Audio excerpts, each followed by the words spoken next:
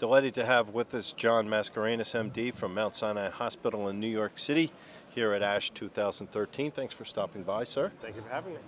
So you're presenting some preliminary data from an open-label phase 2 study of a JAK1 inhibitor. What can you tell us about this? So this is a study of INCB 39110, which is a selective JAK1 inhibitor for the treatment of patients with myelofibrosis. It's a phase 2 study, and it's a multi-centered study, and this is just the interim results or analysis that I'm presenting tomorrow afternoon. And I think it's an exciting take on trying to treat patients with myelofibrosis because ruxolitinib, which is a JAK1, JAK2 inhibitor, is associated with myelosuppression, which has been attributed to JAK2 inhibition.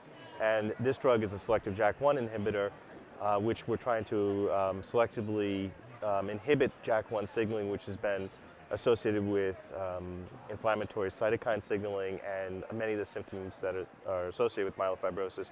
So by eliminating the JAK2 inhibition part, we're hoping to eliminate the myelosuppressive effect of this drug and better improve the symptoms without the myelosuppression, perhaps impacting the spleen, which is an unknown question. And that's sort of the primary endpoint of the study.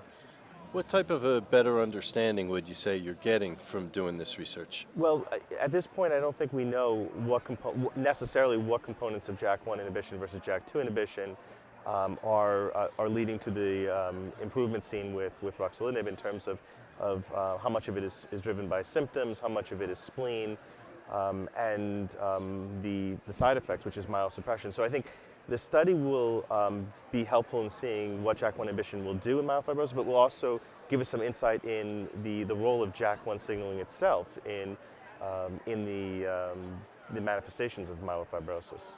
Can you share some of the significant points? So it's again, an interim analysis of a phase 2 study.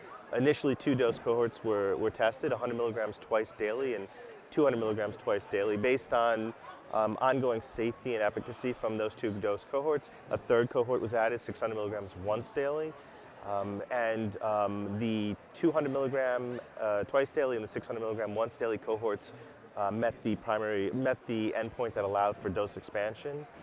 So we're still collecting a lot of data on those patients and how they're doing.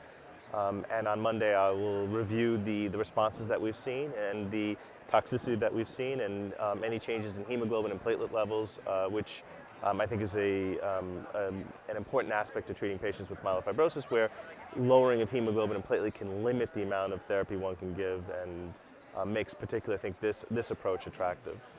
How do you plan to build upon this data? It's still early on, so I think that the interim analysis are of interest, but really the final analysis and evaluation of the drug in terms of significant number of patients treated to give us a sense of how effective the drug will be and how much toxicity will be associated with the drug will allow us to get a better sense of whether this drug is something that can be further developed, and that would be something obviously I would defer to Insight that's developing this drug. Brighter picture for myelofibrosis patients today. Absolutely. I mean, I think any attempt to develop novel therapeutics that would improve upon what we have today, it paints a brighter picture. Yeah, absolutely. Thanks for stopping by and sharing your work. Thank you, guys. Okay. Thanks.